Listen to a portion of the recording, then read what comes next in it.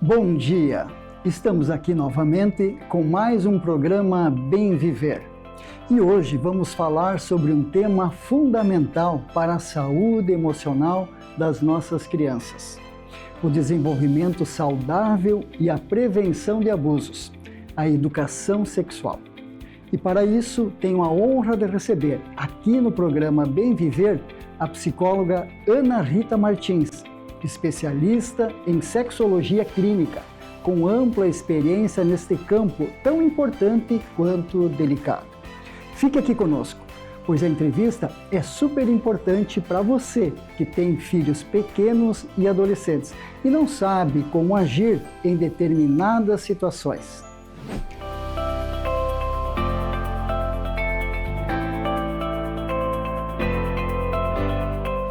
Ana Rita, seja muito bem-vinda ao programa Bem Viver e é sempre uma honra tê-la aqui conosco. Muito obrigada, Maurício. É uma honra também estar aqui com você mais uma vez, né, falando de um assunto tão importante que é a sexualidade infanto-juvenil. Muito bem, nós vamos falar sobre isso. E eu vi que esses dias saiu uma matéria tua no caderno Dona da Zero Hora, falando justamente sobre isso. E eu quero te perguntar por que as pessoas têm tanto tabu em falar sobre a sexualidade infantil?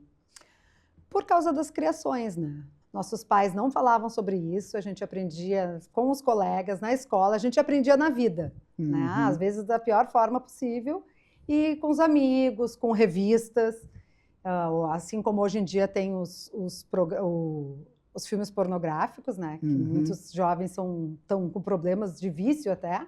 A gente tinha as revistas, pegava a revista de irmão e coisa, e ali a gente tinha o primeiro contato com a sexualidade, porque os pais não conversavam nada com a gente, né? A gente trocava informações com os amigos, né? Com as pessoas que a gente convivia fora de casa. Né? Exatamente, isso é uma coisa que vinha também dos avós, que não conversavam, e até porque eles tinham medo de conversar sobre qualquer assunto, né, relacionado à sexualidade, porque poderia trazer um estímulo, né, sexual precoce, que era o que eles menos queriam.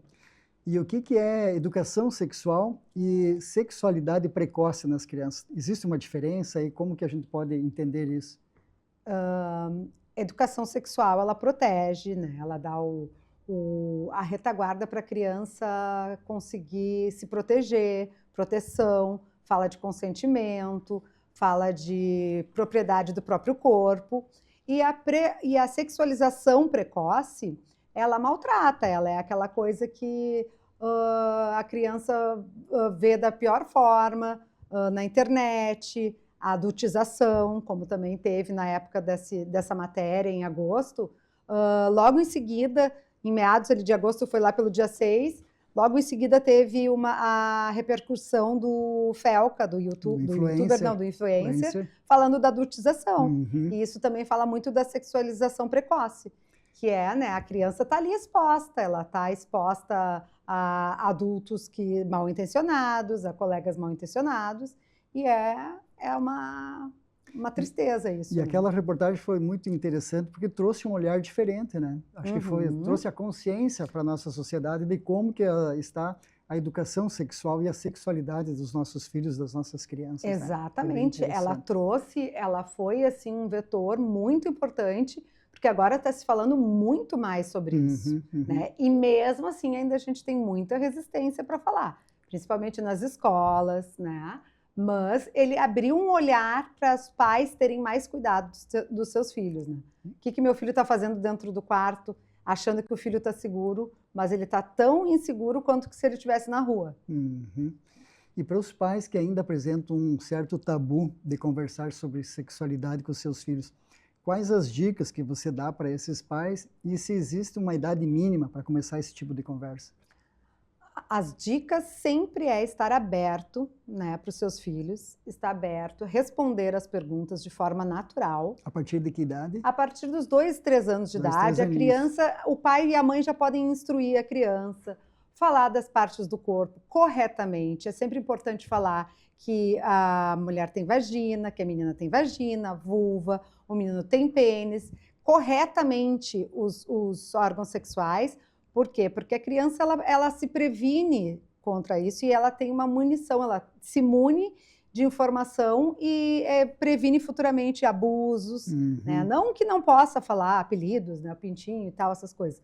Mas é muito importante ela ter propriedade e saber exatamente nomear as partes corretamente do corpo. E para aqueles pais que silenciam, que ficam meio que sigilosos, não querem conversar com os filhos, isso é perigoso. É importante que eles desenvolvam essa conversa com seus filhos. É muito importante eles se informarem. Comprar livros, agora nós temos diversos livros. Procurar uma ajuda psicológica, um especializado em sexualidade infantil, para poder orientar esses pais. Porque é muito importante. E às vezes a criança vai lá e pergunta uma pergunta simples. E o pai e a mãe só tem que responder o que a criança está perguntando.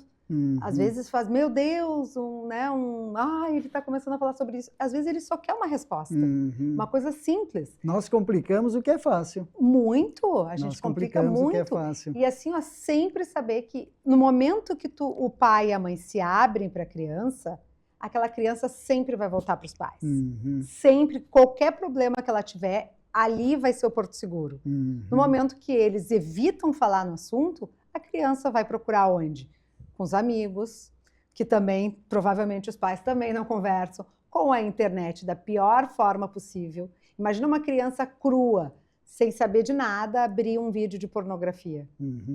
Deixa eu te contar uma história. Uma vez uma pessoa conhecida, eles tiveram 2 filhos, os 2 filhos eram adultos, e tiveram uma menina temporã, né? Os 2 já eram adultos e aí nasceu a menina. E um dia, a menininha, por volta ali dos 5 aninhos, 6 aninhos, chegou apavorada para a mamãe, dizendo que ela viu o papai pela primeira vez tomando banho, como ele já era uma pessoa, né, já mais adulta, digamos assim. Ele tinha um pouco de vergonha de tomar banho, né, na frente da menina. E ela chegou e disse, mamãe, o que é aquilo que o papai tem no meio das pernas, né? Uma criança com 5 aninhos. Então, ela não tinha esse conhecimento, né? Então, nós percebemos aí que houve uma falha, de certa forma, dos pais, né, de iniciarem esse conhecimento sobre sexualidade lá na infância. Mas com 5 anos ainda não ainda dá para começar muito bem. A mãe deveria ter falado, filha, esse é o órgão sexual do papai, o órgão reprodutor do papai, o nome é pênis. Exatamente. Isso, aí que ela foi explicar. É pênis, o papai tem maior, o menino tem menor, né? Daí explicar da maneira que ela conseguir, não deixar sem resposta, tem que ter a resposta.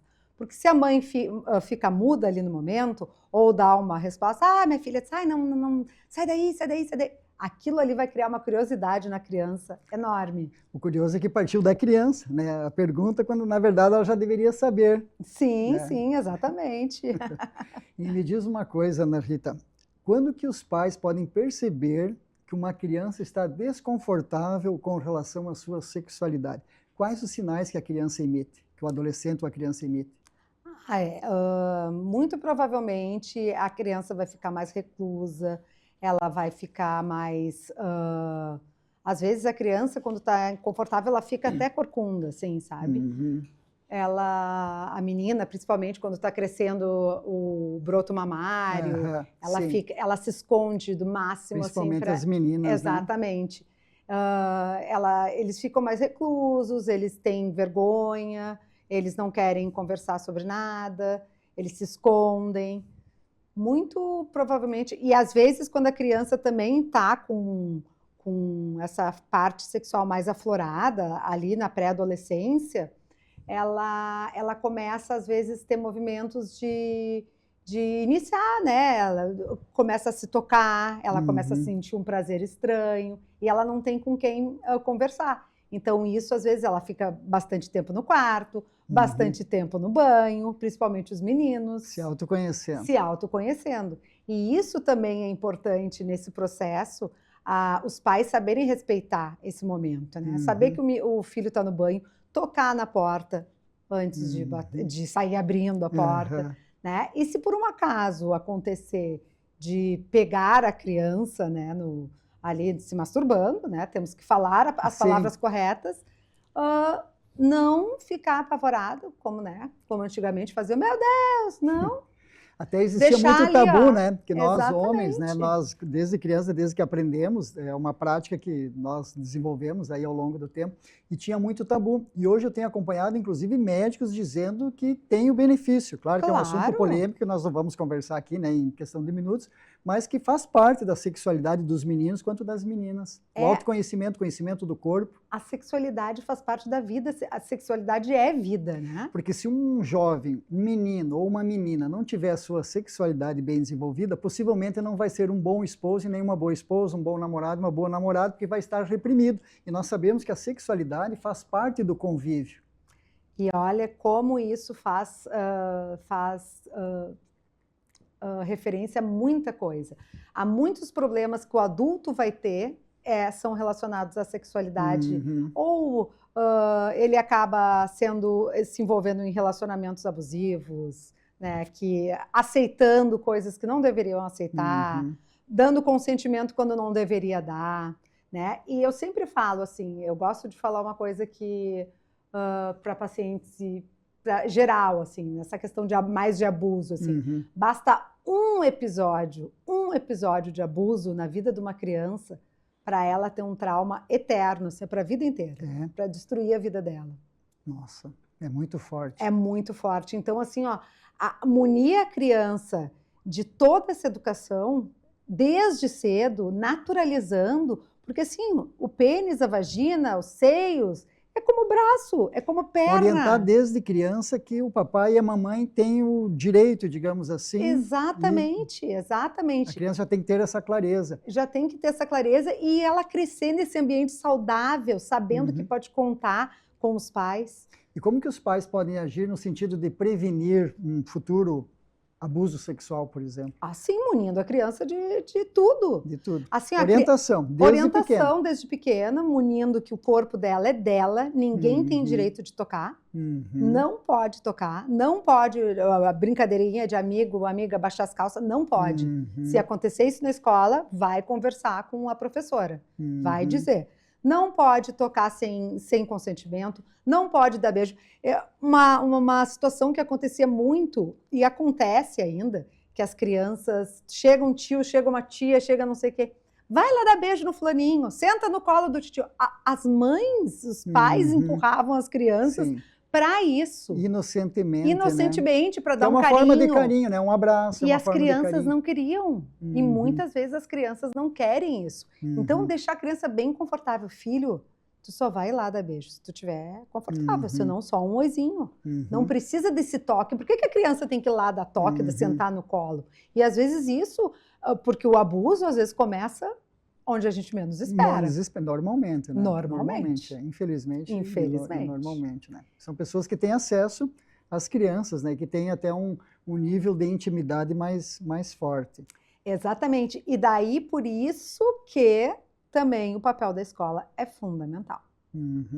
Deixa eu te contar uma história. Quando eu estava no ensino médio, eu me recordo que uma professora de biologia pediu que nós, meninos, saíssemos da sala, porque ela ia ter uma conversa de meninas. Nós não entendíamos muito também, nós sabíamos, né, que possivelmente era sobre isso, a professora ia falar sobre menstruação, sobre menarca, ciclo fértil e tal. Mas o que a gente percebeu é que as meninas estavam ali com 14, 15 anos, quando a professora na escola teve a iniciativa, né, de falar sobre esse assunto. Grande professora, olha, naquela época ainda, né? Porque sim, isso hoje há muitos anos atrás. Não, nem tantos anos assim, né? A gente... Mais de 30 anos. Mas assim, ela deveria ter deixado os meninos dentro da sala, porque eles também deveriam saber. Sim. Exatamente, né? E já te digo que o papel da escola é muito importante, porque, como a gente estava falando antes de abuso, às vezes o abuso ele é percebido na escola, na sala de aula. Existem muitos casos de a professora que está ali convivendo com a criança, olhar o dia a dia, ver que a criança está diferente, que a criança está muito quieta, que a criança não quer brincar, não quer compartilhar nada no recreio. Uma mudança no comportamento. Uma mudança no comportamento. Crianças que às vezes ficam até assim meio que se esfregando na classe, que é um sinal de estimulação precoce de alguém. Esta criança está sendo estimulada por alguém. entendeu? Muitas coisas... Quando que se percebe isso? A partir de que idade, mais ou menos? Desde muito pequenininho. Muito pequenininho. Muito pequenininho, 5, 6 anos. Quando o abuso vem dentro de casa, como que essa criança vai ser salva? Então, por isso que a escola tem que ter um olhar muito atento. E é isso que eu tento querer botar, eu rezo para que um dia todas as escolas tenham esse suporte, esse olhar atento, ter uma pessoa, uma psicóloga, uma pedagoga, alguém ali para acolher essa criança e com um olhar, né? A pessoa que entenda, essa criança não está bem, essa criança tem alguma coisa acontecendo. E daí chamar os pais. No momento que tu chama os pais, e aí esse pai, essa mãe, eles têm uma culpa no cartório, se o profissional vai saber identificar ali e a gente saber, né, daí a criança ser salva.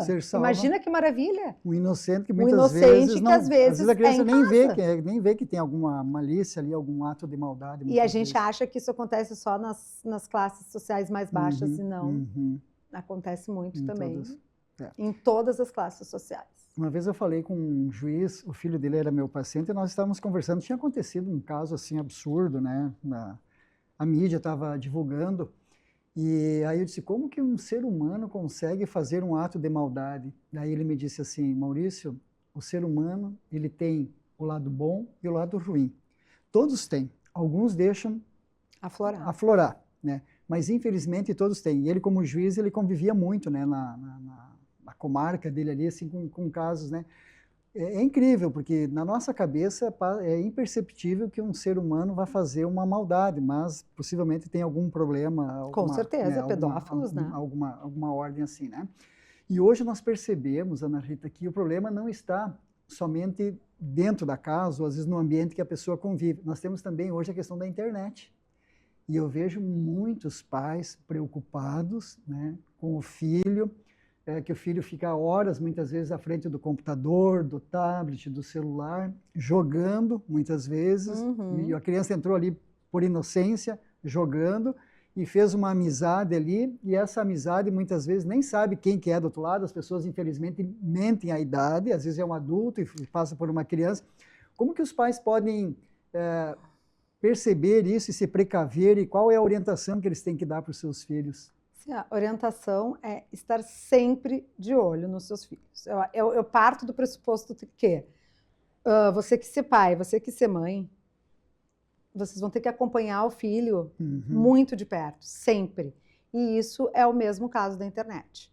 Ali, a criança está jogando, hoje em dia, com inteligência artificial, um adulto que está por trás pode se fazer de adolescente, pode se fazer de criança. É muito fácil ter esse contato. Então, assim, se tem uma criança, ela não pode jogar no modo público, como eles chamam. Ela tem que jogar no privado, o pai tem que saber, a gente tem que estar sempre de olho, tem que ter as notificações. Hoje em dia a gente consegue ter notificação dos jogos, de tudo, no celular. Se a criança foi para o modo público, se ela está no modo privado, ela tem que jogar com quem ela conhece. Né? A gente não tem como privar, não vai mais jogar, porque senão ela não vai se enquadrar. Não, ela tem que ter o limite de horário, ela tem que jogar com quem ela conhece e ela tem que se cuidar muito, porque nos próprios jogos, inclusive Roblox, até saiu esses dias, que é o jogo que os meninos mais jogam. As meninas, os meninos. Tem muito. Eu não sei qual foi a porcentagem, mas eu fiquei apavorada. Foi assim, em torno de 37 ou 47. Eu não me recordo, tá? Outro momento eu trago direitinho. Que eram de 37% a 47% dentro daqueles jogos ali e eventos que eles fazem, eram adultos. Adultos? Adultos. Olha só. Bem interessante isso.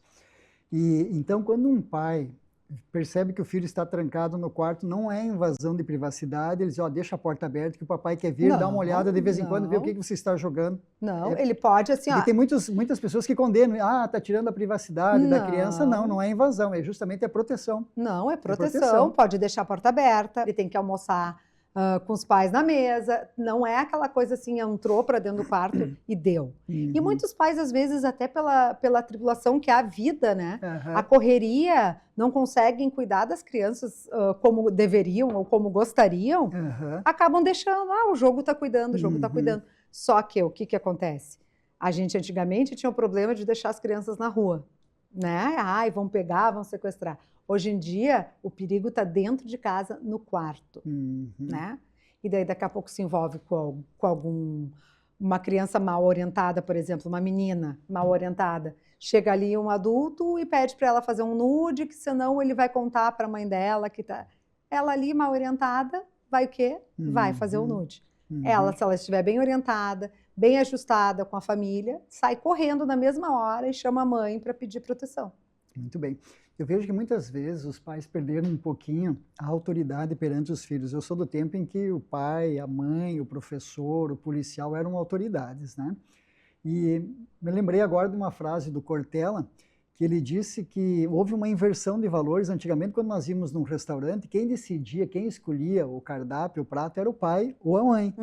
E hoje, nós, pais, eu sei porque eu também já fiz isso, eu tenho um filho pequeno, o que você quer comer hoje? A gente pergunta para a criança, e muitas vezes joga uma responsabilidade para a criança. E aí a criança acha que pode tudo. Exato. Então os pais, né, com consciência, não, opa, aqui eu preciso retomar as rédeas, né, eu preciso manter a minha autoridade com respeito, com educação, mas eu, enquanto eles são pequenos, eu sempre falei isso para os meus filhos, falo para o meu filho pequeno agora também, enquanto você for pequeno, o papai e a mamãe é que vão tomar as decisões para você. A partir de uma certa idade, você toma as suas decisões, mas por enquanto nós estamos pensando no teu bem, na tua saúde, no teu bem-estar e na tua proteção.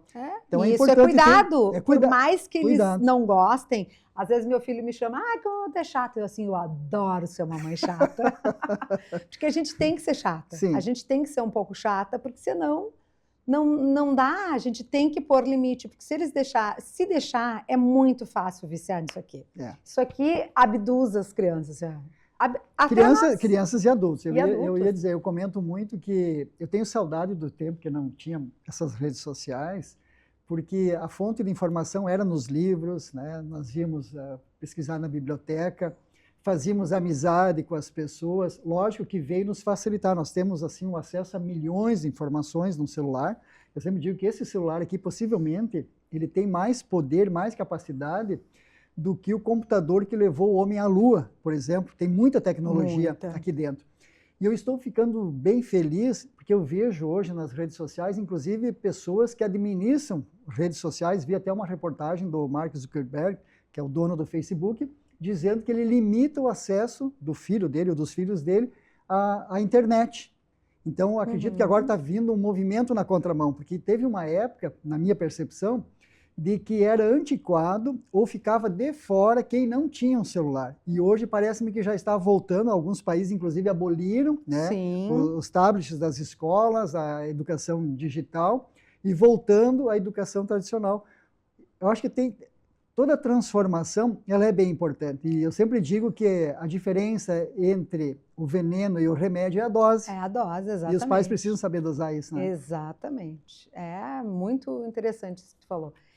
Estão fazendo uma dessensibilização das redes sociais. Isso. Porque, assim, cada vez mais as crianças têm vários amigos, jogam com várias pessoas, estão super cheios de amigos, mas ao mesmo tempo elas são super sozinhas. E as pessoas, os adultos também. Eles não saem mais para... Até mudando aqui de saco para mala, mas assim, deu uma reportagem esses tempos que a noite porto-alegrense está meio que acabando, assim. Não tem mais aquela... As pessoas não saem mais, elas saem e ficam ali até 11 horas, saem para jantar e voltam para o seu mundo. Então, isso é tudo um movimento que tem que ter uma atenção, um olhar. Né?